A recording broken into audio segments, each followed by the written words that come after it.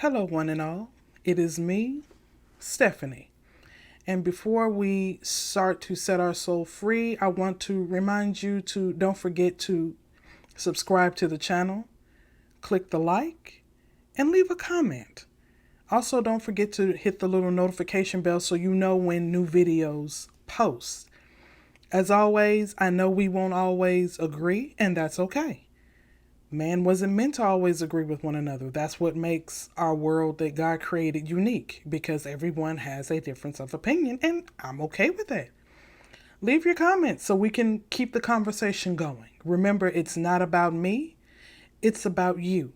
It's about our youth. It's about setting our souls free with me, Stephanie. So let's get into it.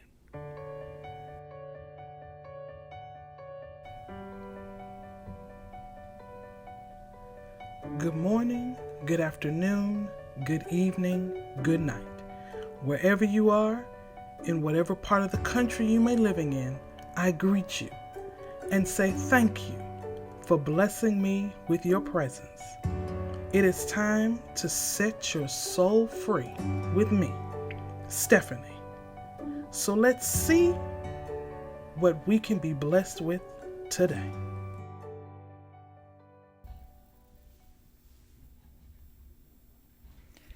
Hello, hello, hello.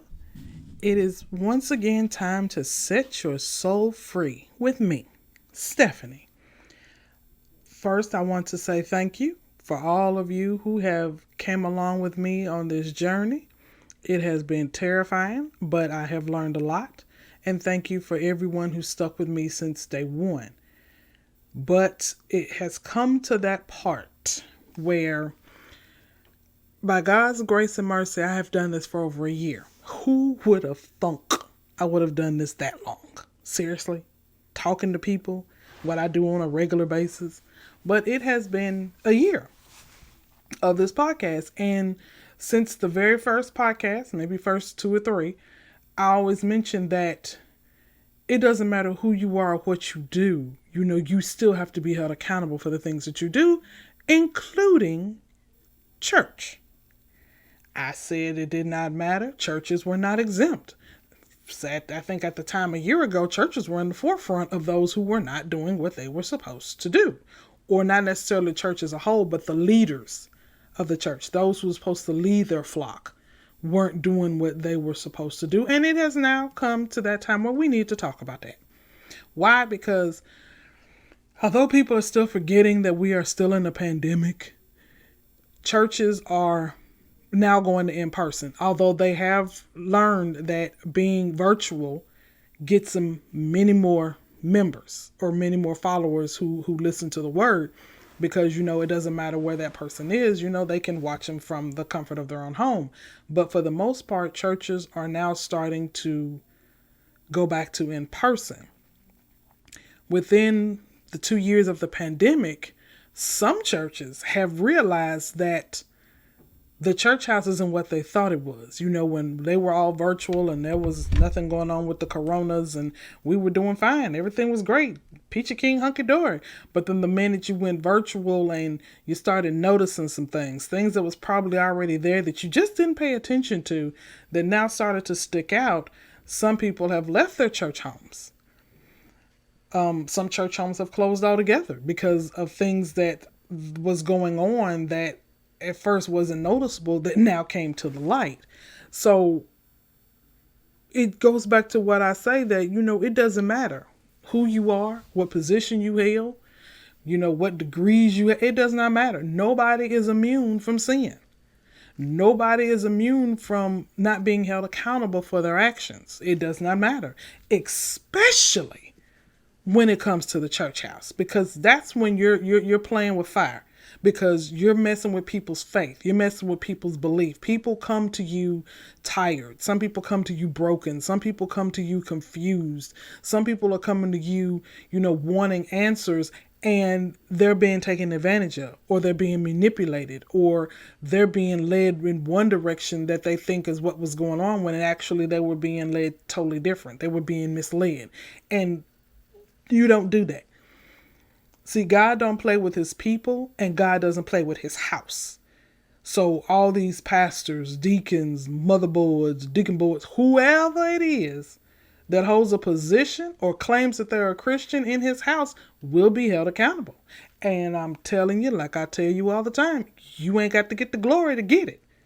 Just like you ain't got to wait to get to heaven to get your rewards here on earth, you ain't got to wait to get to glory or hell to get your punishment. He does not tolerate that. You've always heard me say he will not tolerate you messing with his children when they are going about his business. It is especially times infinite when you're supposed to be the prophet or prophetess or leader of a church and you are not leading the people to glory, but you are leading them to your own private whatever it is you're trying to do. Whatever it is you're trying to establish, that you're trying to get members to do, whatever it is that is not becoming of God, he's coming for you because that's not what he called you to do. Now, here's the thing. Most pastors and preachers and whoever that's in the clergy or not in the clergy start off on the right path. Some of them do. Now, at the same time, some of them don't. Some of them start off with ill intentions and God changes them midway. Then there's some who start with the best intentions. Do great. Bring many people to glory. And somewhere down the line, sometimes 30, 40 years later, something happens. And they take a detour. And now you got pastors embezzling, ministers of music doing things, bigamy in the church, all this. It's just way too much. To where our young people are seeing this. Remember what I told you about our young people, how you talk to them about being on their phone and texting in church, but then you got sister or brother so-and-so sitting up and sending selfies or sending a text message to somebody else, but it's okay for them, but it's not okay for the youth. The youth are taking aim at that. The youth are taking notice. The youth is seeing things that adults don't want to see. Why? Because they're the youth. They don't have nothing at stake. They have no dog in that fight. They're there mainly because they were probably forced to come. So they're already not happy. And even if it is a church that, that they're happy to be at, a pastor that they would love to hear speak, they're the ones that are seeing the truth behind the veil because they're paying attention. You got to understand the youth are attentive. They see things. They hear things. They know more than what we give them credit for. And when I tell you, once you lose the trust of the youth, it's gone. Longer the days of my generation and my mom's generation where something happens within the church and you're like, that's just sister so-and-so. That happens all the time. It don't mean nothing. It don't affect nothing. The youth are not taking that. The youth are not, no. That's not rolling with today's youth. That's no. You told me that this is what this house is supposed to be about and it's not. So why am I here?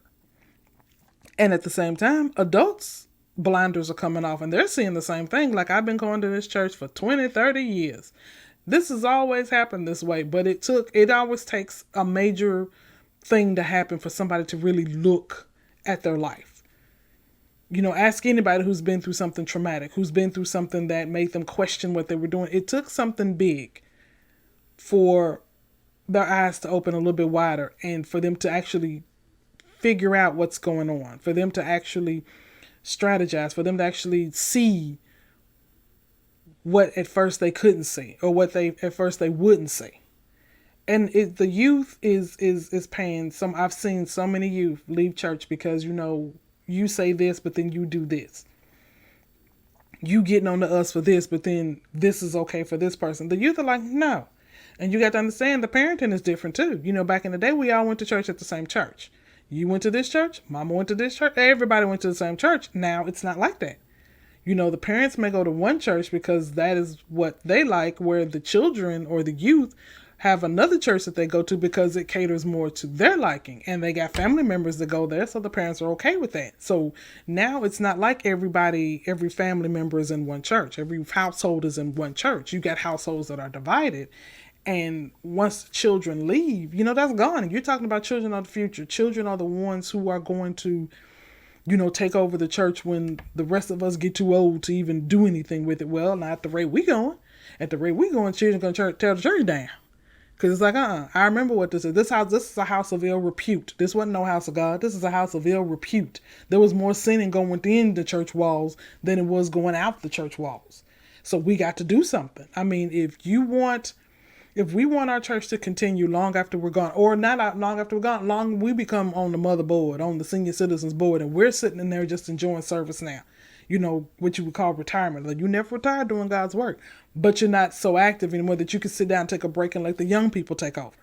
If we still want that to move on, we've got to do something, because we're losing more and more youth. More youth are starting up their own churches that are prospering, that have more members in a younger church than an older church ever seen in their lifetime. Why? Because they're listening to the youth, what I do.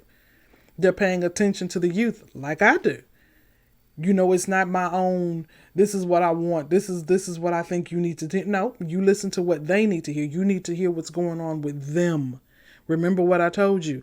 You know, you can't hear the godly until you take care of the worldly. Now, some of my older saints will probably disagree with that, but I live in it. I'm one of the witnesses of it. You can't talk to me about God until you help me calm down what's going on in the world, so I can focus on what God said. That's what we have to do with our youth. You know, you can't talk to them about godly things if the worldly things is talking louder. You need to tone down what's going on in their world so they can listen to what God wants them to do. See, already, I ain't even really started the podcast yet, and already, because this topic is so, it should have a series, basically, because I know there's people, I come from a small family church. Everybody knows everybody. So, you know, there's much drama in that alone. But I know if this was to become a series of different things that go on in different churches, these mega churches, these medium-sized churches, these once a month, twice a month churches, I'm sure knock my little family church down to size with what goes on inside those walls. So this is something that everybody has been a part. It doesn't matter what your religion, your denomination, it does not matter. Everybody has something going on in that church house that they probably just let go because it's been going on for so long. And to them, it's like, well, it's not really affecting anything. The church is still prospering. Bills are still getting paid. Blah, blah, blah, blah, blah. But you don't know what's going on behind the scenes, which is why what you see is happening. You know, there's so many things that's going on that a lot of people are now getting woke up, as my people would say, as my young would say. A lot of people are woke up to what's been going on all these years. Well, how they been getting away with this for this long? And then they figure it out. It was like, well, they've been doing this all this time right up under me. But because I didn't see a change in nothing, never suspected it. So let's go straight into what we need to talk about. So today's topic is God's church. And we're coming from 1 Timothy 3:5. For if a man know not how to rule his own house, how shall he take care of the church of God? That's power by itself. That verse right there is power by itself. It basically says, if you can't take care of your own house, how you going to take care of God's house? God just sat there and told you that if you can't take care of your own house, how you going to take care of mine? And one of the problems I have with that is some people take care better of God's house than they do their own house. God's house that they're taking care of is prospering, members, this, but then when you see about their home life, it's toe up from the flow up. And it's like, you can't do good in one and not do good in the other. It don't work that way. Like, you can't have a messed up house, but you come over here and prosper in God's house. No, they have to align. Just like preachers, ministers, anybody who claims they're in the clergy, anybody who claims they're a soldier for the Lord, your life has to align with your ministry, period. You can't give advice to somebody about love and prosperity when you don't have no love. You don't have nothing to prosper. How can you pass on that life? Now, testimonies is one thing. That's fine and good. But most people, when they give these advice, are giving it like they're living it. Like, this is my life right now, but then you follow them home, they're living in a motel. Or they're living with family. No, you have to align. Some part of that, of what you're saying, has to align with your teachings. Now, what does that mean? No, it really doesn't mean a thing. I mean, a person can live at home with a relative and be prosperous. But the way you're ministering it to somebody else needs to align with your life, which means if your life is right now, you're on hard times, so you're staying with family, you're building up your wealth, you're doing this, you're doing that, then your ministry should talk along that side, talk align with just like that, which means you need to be talking to people who are in the same situation as you, who have lost everything to this pandemic and had to stay with family. Then you're sitting up there and needing to minister to those people to let them know that it's not over. This is just a new chapter, a new page, a new beginning. You need to start ministering to them in that light, not to a person who is stable, got a job, wealthy, and you're talking to them like you're in that same category with them, and you're not. Because it hurts when they find out your situation. But you're talking to me like you understood exactly what I was talking about. Maybe in the beginning you did, and you can talk to it to that extent. But at some point it needs to be made clear what your situation is now. When we come and talk to people, which is why some people say I tell too much of my life. No, I don't. Because I got to prove to you that I know what I'm talking about because I was there. I was a part of it. I know. This is what I went through, so this is how I know I can help you. The life has to align. So God sat there and said in that first verse, if you can't rule your own house, how you going to rule mine? That makes no sense. That's like us having a job and we want to get promoted to a supervisor. You have no supervisory skills. You don't even have good people skills. So if you can't maintain your own job, why would they promote you to a higher position? Same thing. If you can't take care of your own house, how can I trust you to take care of mine? So we have people leading us in the church who can't even lead their own house. Meaning you have hell and high water going on in your house, but you try to promote peace and love in the church. You try to tell someone else how they should discipline their children, and your own children are rebels without a cause. You're trying to give marriage advice to someone, and when you and your spouse have a sad life. We have way too many leaders and not enough followers in the church, and everyone is trying to one up the next person. This is what I'm talking about. You have people in leadership positions trying to tell you how to live your life, and their life is jacked up. Especially those who are trying to give marriage advice. You're about to go through a divorce. You should be teaching a divorce ministry, not a marriage ministry. You're talking to children about, you're trying to tell somebody how to discipline their children. You're trying to tell them how children are supposed to be when we all know what your children are like. You can't even get a hold on your own children. So how you going to try to tell me how to raise mine?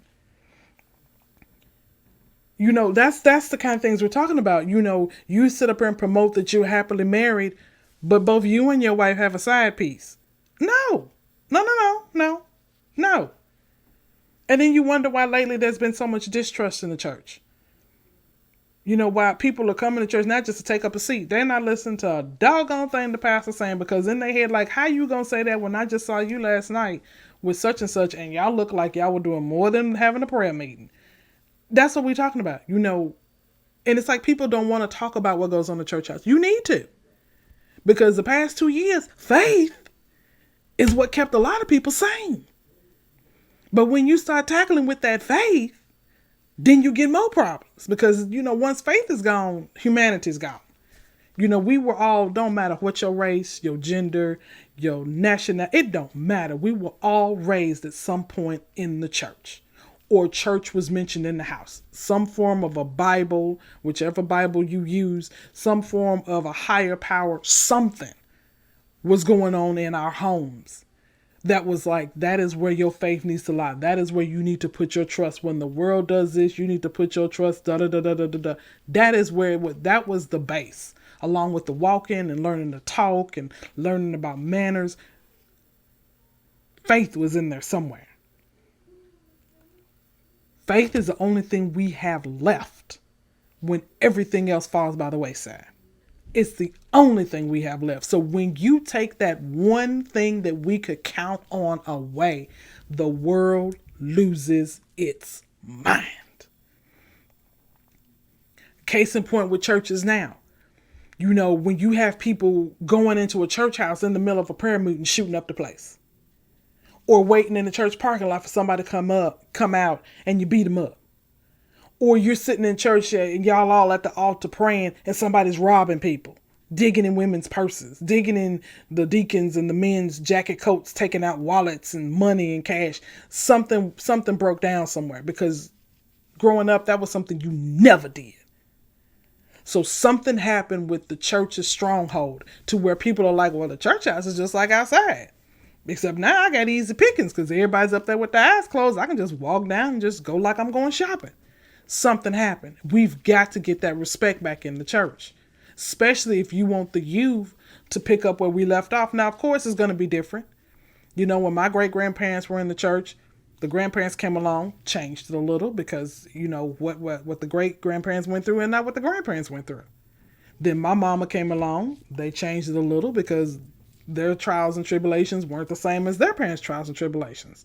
I came along as a leader of the president of the youth choir, and things changed. We changed it a little because, you know, what my parents went through wasn't what we went through. The songs that got them through weren't the songs that got us through. Then when my ministry started and my young people came along, I had to change it again because what I went through and the things that, you know, excited me weren't the same that excited them. Now, there were some songs that did because, you know, the beat. I'm still a beat person.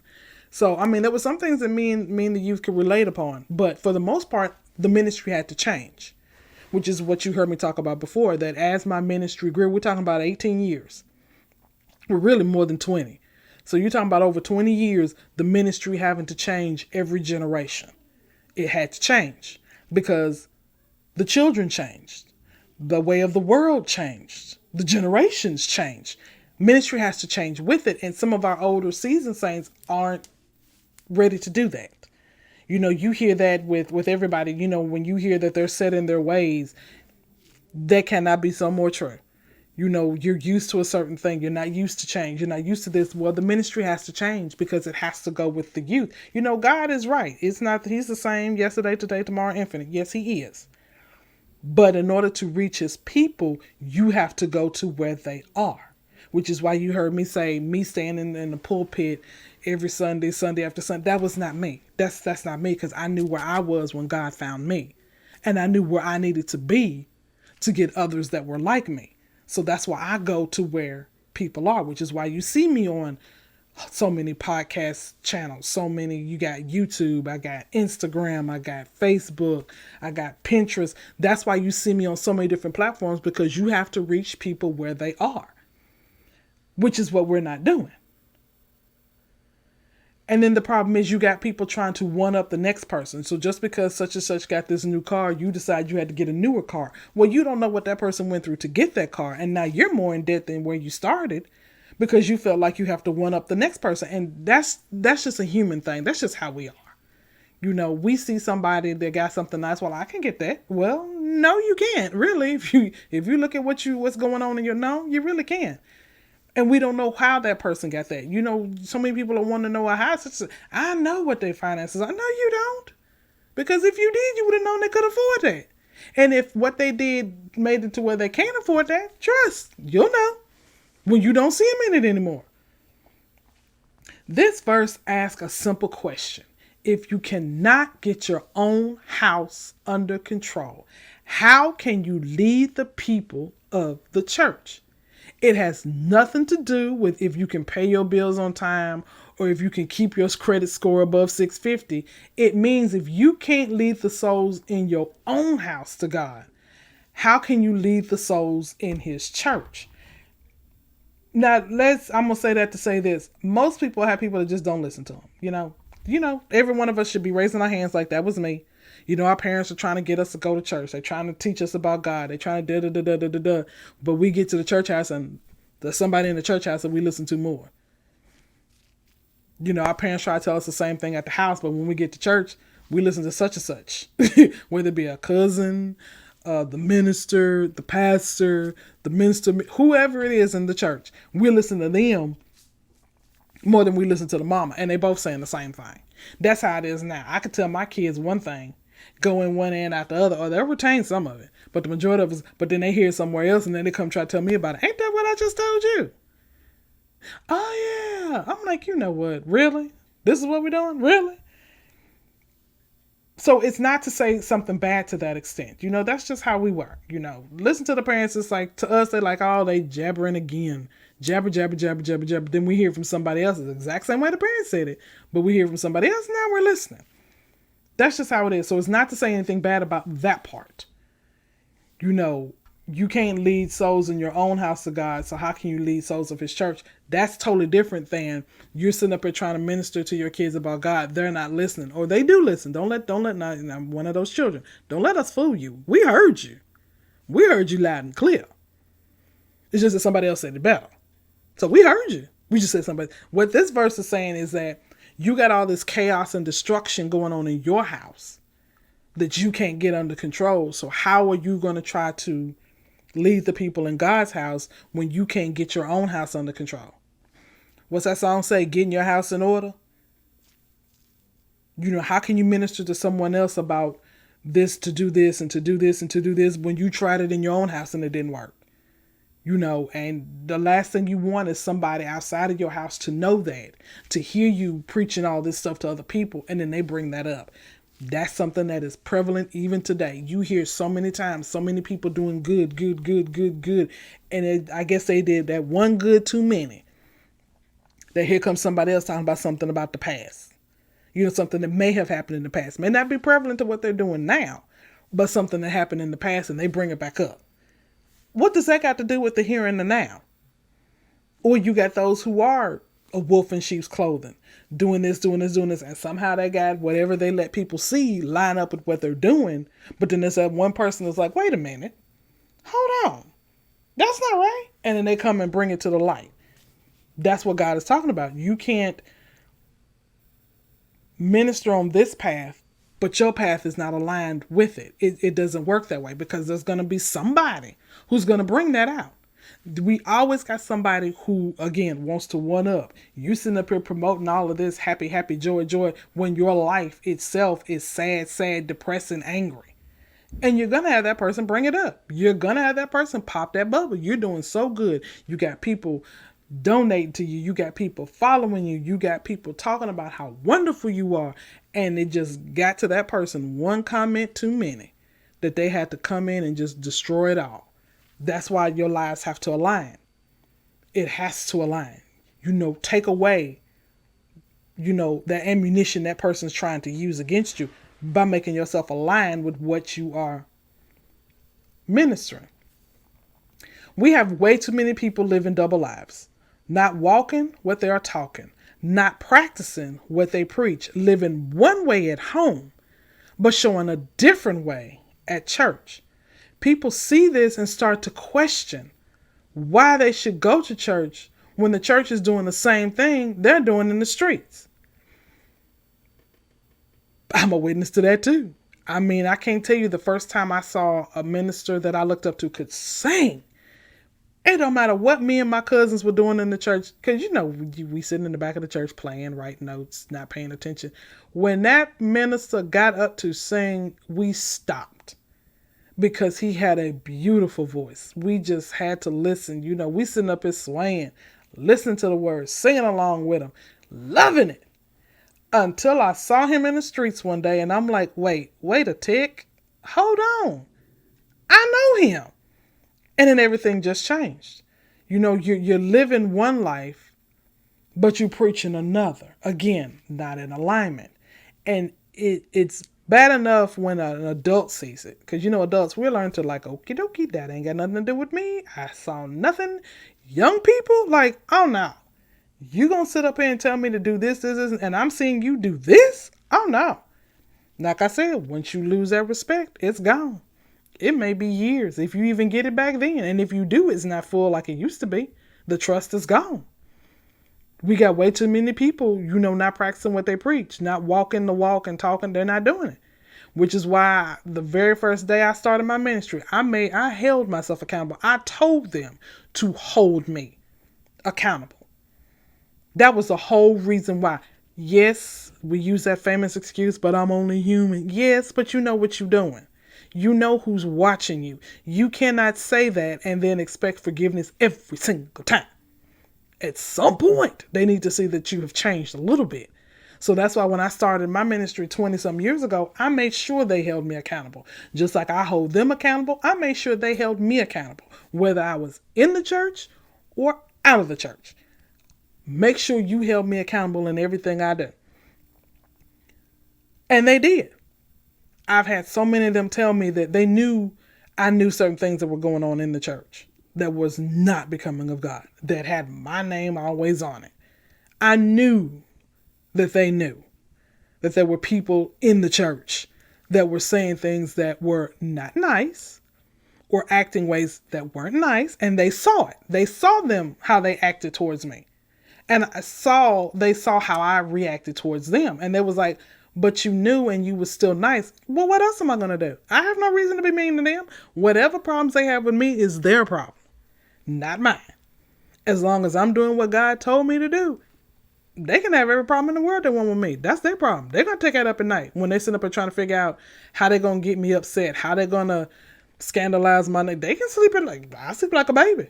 I did what I was supposed to do. God's got them. I don't have the time. I don't have the time. I don't have the patience. I don't have the will. And I just don't want to. And it impressed the youth because they saw how even when they knew I was upset, they knew I was mad. The minute I stepped in that room with them, you couldn't tell. Because I'm happy about it. No, that's not going to ruin my day. That's not going to bother me. I got things to do. I got souls to save. I got people that look at me. Even today, I got people that depend on me to keep my sanity.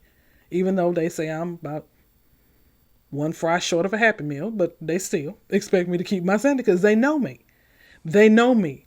That's what I love about the people that are with me now. They know if I come to them and I'm not me, they know something's wrong. And they know they have every right to stop me just like I stop them. Just like I know the people that are closest to me, I know when something's wrong, even when they don't say it.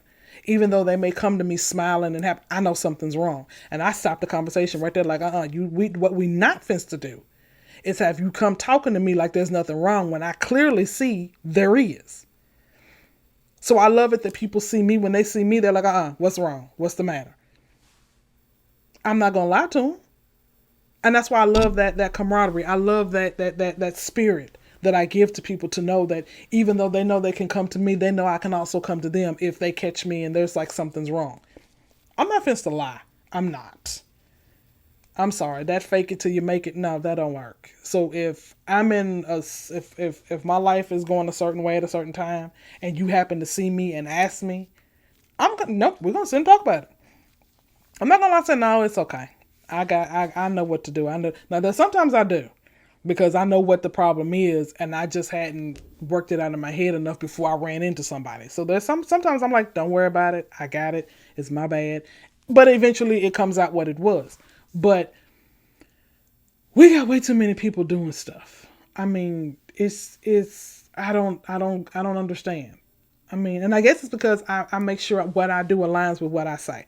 What I say is I'm not going to tell you to do something if I'm not doing it.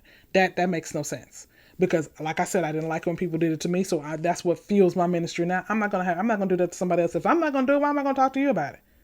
If I'm not doing it, why am I gonna minister to you about it? That's not right. It doesn't make any sense. And the part about people seeing what's going on in the church, wondering why they should come, I've been a part of that too. Why am I gonna come here if y'all doing the same thing that I was just doing the night before?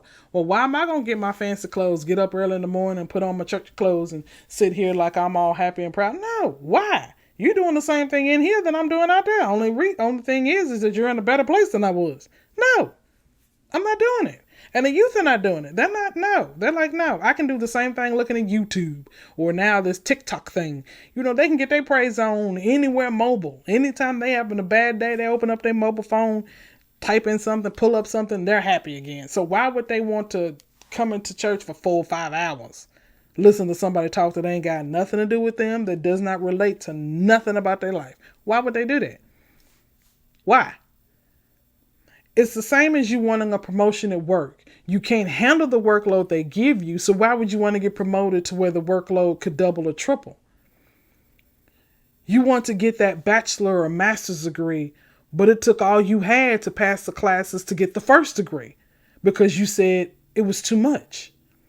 The church is the same way. To be called by God is an honor. But if we can't be the walking Bible, living the life that we're trying to treat others, then what are we doing? That's how it is. To be called by God is an honor. Like I said, and I'm standing here telling people, everyone has a calling. It may not be to the ministry. Like I said, you could be a powerful prayer. You could be master at vocals. Everybody is not called to preach. Standing right here telling you now, that's me. Everybody's not called to preach, but it is an honor when God calls you to use your gifts. But the minute you accept that calling, you become that walking Bible. You become that living testimony. Back when I was growing up, when the athletes like Charles Barkley and all of them were getting into trouble, they told you straight up, I'm not a mentor. Even though people just slapped that label on them, they told you, I'm not a mentor.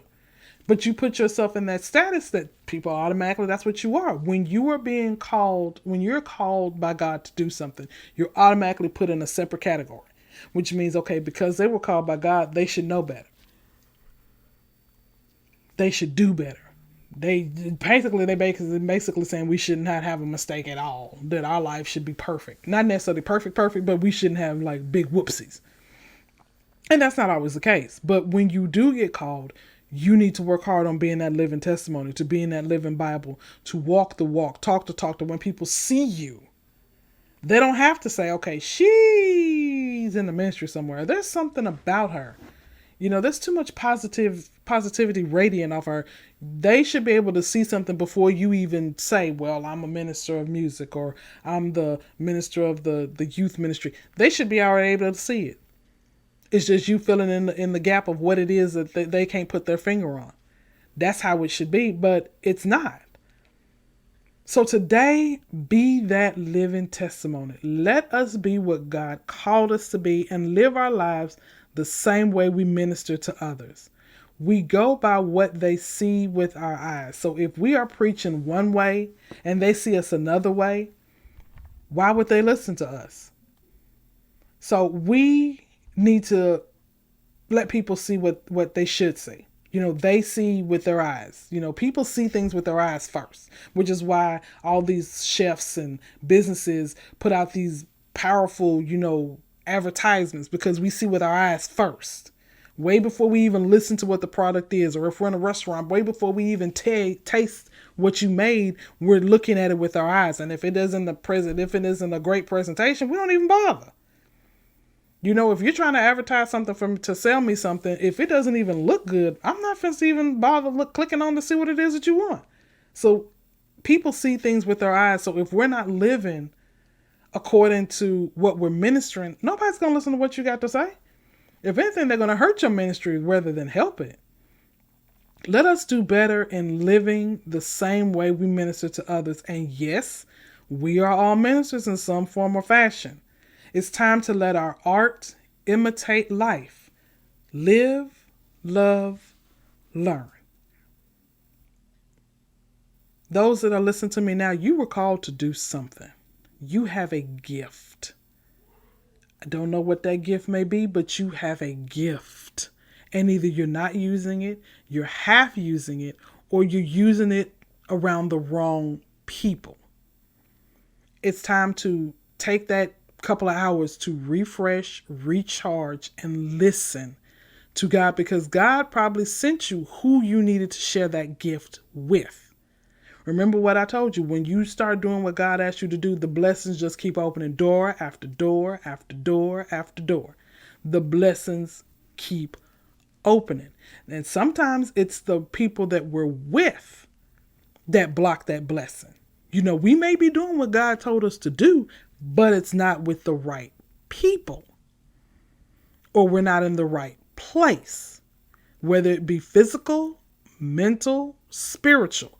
We may not be where we're supposed to be to see the blessing that God has for us, because we're still worldly. We ain't conquered the yelling of the world to hear what God and where God is trying to tell us to go and what he's trying to tell us to do. Not to mention we're missing the people that he placed in our path. Remember I told you, once you start walking on that road to righteousness, doing what God asked you to do, he puts people in your path along the way. So once you do everything he wanted you to do on this journey, he puts somebody in your path to take you on the next leg of the journey. And along the way, when he knows that there's stumbling blocks and enemies coming, here comes yet another guardian angel to help you block all of that. I told you, I'm telling you what I know because I'm going through it now. For every fear, he sends someone else to enhance calm. For every doubt, he sends a sign to let me know there's no need for confusion. When you do what he asks you to do, he's got your back. Long as you do it the way he wants you to do it and don't be sidetracking, trying to add your little flavor. This ain't that kind of party. Do what he asks you to do, and your ways will be made clear. Simple as that. This won't be the last time we talk about church things. There's so many things. I mean, it's just so many. But with people thinking the pandemic is slowed down enough, churches are starting to reopen or starting to let more people in. And we need to start waking up what's going on in the church house. Because 2 years ago was different. Your church should be totally different now because they've had other opportunities open up to them because of the pandemic. Whether it be the introduction to Zoom, whether it be any grant money, if they qualified for it, that they got to help with the church to pay for things should have changed from 2 years ago. And we need to wake up to make sure we are noticing that we are now going on a better path to righteousness, that we're not still stuck on the same thing that we was on 2 years ago because times have changed. So the church needs to change with it. If it wants to still keep their members, if they still want to keep the respect of their members, especially their youth, who they are hoping and praying will take over the church someday to keep it going. We need to live. We need to learn. We need to love. We need to start paying more attention to what is going on, because the more we listen to other people, the more we're going to be held accountable for later, because we knew something was going on, but we didn't bother investigating to figure out what that was. So now we can't focus on the word because something is nagging at us that we can't figure out what it is. Well, no, we know what it is. We just don't want to find out the truth. The truth is going to set you free. And if you're in God's house, it should be truth all the time. There should be no confusion. There should be no questions. There should be no side eyes. There should be no looking at you like, what are you talking about? Or that don't sound quite right. It shouldn't be none of that. Times is getting short. People are still dropping. Even though they think, the virus has calmed down to a certain point. Tell that to families whose family members are still dropping, whose family members are still leaving here. So we need to make sure that we are aligned with what we need to do, not only to protect ourselves, but to protect our family. Amen. Let us pray. Father God, we come here today to say thank you. Father, we know that the church was built so we can all come together and minister to one another. But somewhere along the way, Father, the world came into the church house. Father, I pray under the sound of my voice that the saints of God that are listening to me now, take your church back. Take it back to what it was supposed to be. Father, I pray for the young people of the world who are still confused on what's going on. Father, I pray that they have that mentor, that spiritual leader, that person that can help guide them in the way that they need to go, Father, because they are the future. They are the ones that are going to continue to carry on your word, speaking in a language that their generation will understand. Father, I pray for our seniors. I pray for those who have no one, Father, to be there, to talk to them, to help them through things. Father, I pray that they don't give up hope. Father, I pray that you send somebody their way to let them know that they are not facing this alone. Father, I pray for everyone who have to go back to work, Father, who are no longer working remotely, that have to go back to in-person working, but are still terrified of this virus. Father, I pray that you bless the building. I pray that you bless the management. Father, I pray that you bless the souls themselves. Father, to do everything that is in their power to protect themselves and their families. Father, the world is changing, and a lot of people are not willing to change with it. So, Father, I ask that you bless the minds who are willing to change and bless the minds who aren't willing to change. Father, that they can come together on some common ground that will benefit anyone and everyone. Father, I thank you for the things that you have done in my life this past couple of weeks. Father, the blessing is coming and I see the light. Father, I thank you because it's confirmation that when you do what you ask us to do, that you are there for us. So, Father, I thank you. My family thanks you.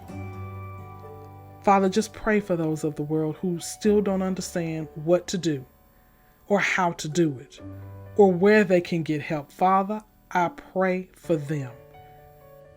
That a soul reaches out, lets them know I see that you're in trouble. Let me help. Father, I thank you. I praise you. We give you all the praise, all the honor, and all the glory. In your Son Jesus' name, amen. And always, always be that light in someone else's darkness.